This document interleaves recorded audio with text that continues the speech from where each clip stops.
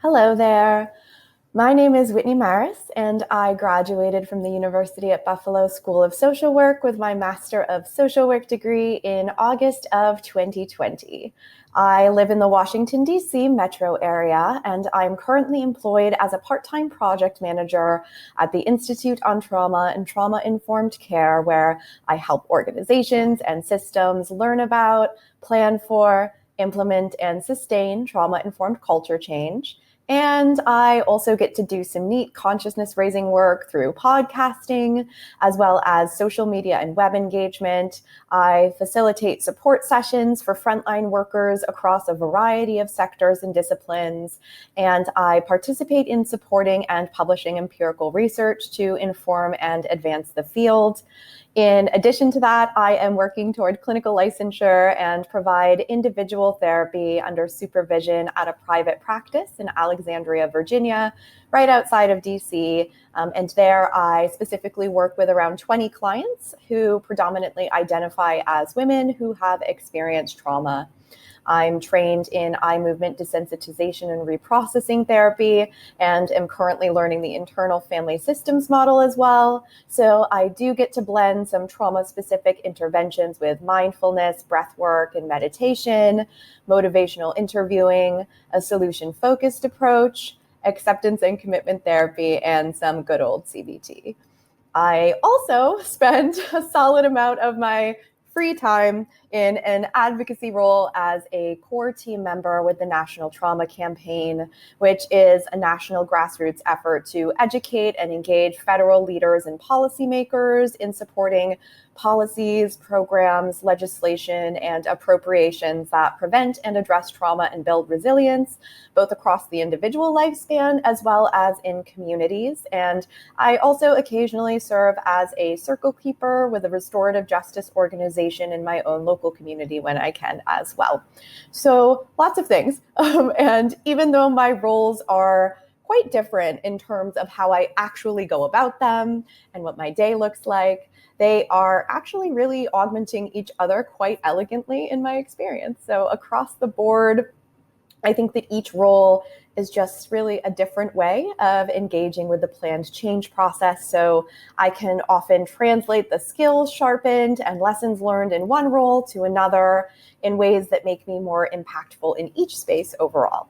And the best part of all of this is that I am able to observe just tremendous progress at the individual, organizational, community, state, and even national levels. And as a result, I often find myself inspired, every single day, just standing in awe of humankind's resilience. And I'm consistently humbled by how much of themselves people share in all of the spaces I have the pleasure and indeed privilege to be in.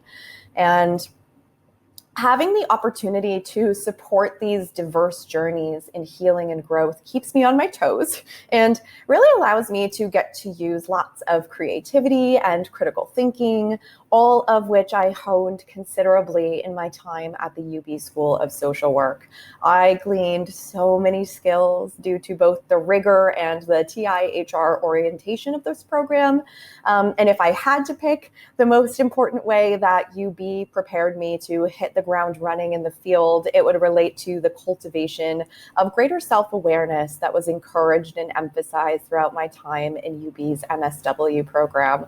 This has been truly vital in the continued learning and unlearning that any social work role I've found myself in really does require. And that self-awareness piece can also provide a counter to what, for me, tend to be the greatest challenges in these roles, which would be boundaries and balance. While I am absolutely fueled and energized by witnessing resilience and positive progress, and I feel incredibly fortunate to be able to be a part of rebuilding lives with renewed meaning and joy and ease and power at many different levels of practice, Each of the roles I play comes with its own amount of time that needs to be dedicated to do a good enough job, as well as its own level of emotional labor, really. And I honestly, really, I want to say yes to absolutely every enriching opportunity that comes my way, because I do care so darn much about so darn many things, and I want to continue to learn and grow, and there is just so much to be done out there, right?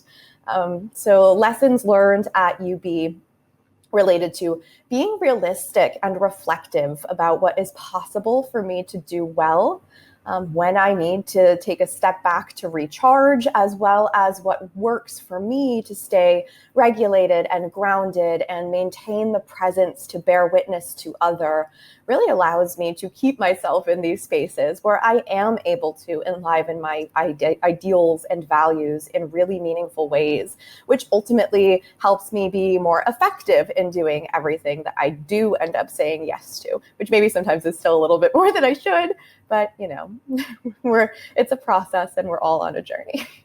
And in terms of advice, which is not a word I use too often, I would just invite anyone and everyone watching this to consider remaining open to opportunities that come your way, because there truly are so many avenues and options that this professional field uniquely has to offer. And it's okay to take a couple of detours to your final destination, even if that destination ends up being the same.